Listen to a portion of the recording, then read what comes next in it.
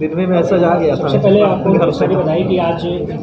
लखनऊ में आप press conference कर रहे हैं और अपनी फिल्म को लेकर क्या कहना चाहेंगे भोजपुरी फिल्म बलमुआ नदिया पार के इस फिल्म की प्लानिंग हमारे राइटर नौशाद जी, जो कि मेरे मित्र भी हैं, मेरे साथी भी, उन्होंने एक कल्पना की थी कि भोजपुरी में मैं एक ऐसी फिल्म बनाऊं जो साफ़ सुथरी और ऐतिहासिक फिल्म साबित है।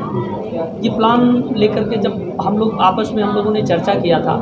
तो मेरे बड़े भाई धर्मेंद्र तिवारी जी से हमने बात किया। भैया ने बोला कि एक ही दिन मैंने जब बात किया तो उन्होंने ऐसी इस कथा को सुना और हामी भर दी, बोला कि ठीक है संदीप जी, इस फिल्म को आप प्लान करिए और किया जाए।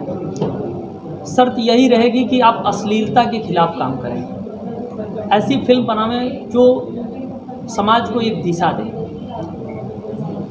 इस फिल्म के माध्यम से बेटी बचाओ बेटी पढ़ाओ का अभियान, जो कि हमारे समाज को एक दिशा देगा,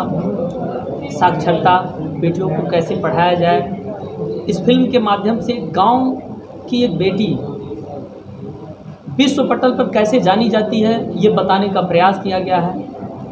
इस फिल्म के माध्यम से एक साधारण से युवक के अंदर कितनी प्रतिभा है और दृढ़ इच्छा शक्ति अगर उसके मन में है तो वो क्या कर सकता है, ये दिखाने का भरपूर प्रयास किया गया है। और मनोरंजन के दृष्टिकोण से इस फिल्म का नायक और नायिका के सौंदर्य और प्रेम का अद्भुत मिश्रण किया गया है। मुझे उम्मीद ही नहीं, अभी तो पूरा विश्वास है कि ये फिल्म भोजपुरी इतिहास में मील का पत्थर साबित है। आप आया जी को लेकर और संग्राम सिंह को लेकर बना रहे हैं, और क्या जैसे भोजपुरी में एक बात कही गई कि जो सिंगर हैं वही स्टार हैं, आप एक अलग अभिनेता को और आर्टिस्ट को देखते हुए आप इस फिल्म में ले रहे हैं, क्या कहना चाहेंगे इसमें? जैसा मैंने पहले भी एक आध बार प्रयास किया है लीक से हट के काम करने का, और मेरा व्यक्तिगत मानना ये नहीं है कि एक गायक ही एक अभिनेता हो सकता है। मैंने अयाज भैया के बहुत सारे फिल्म देखे हैं और उससे मैं प्रेरित होकर के मेरा ये प्रयास था कि अगर अयाज जी समय देते हैं और हमारी इस फिल्म के लिए वो बतौर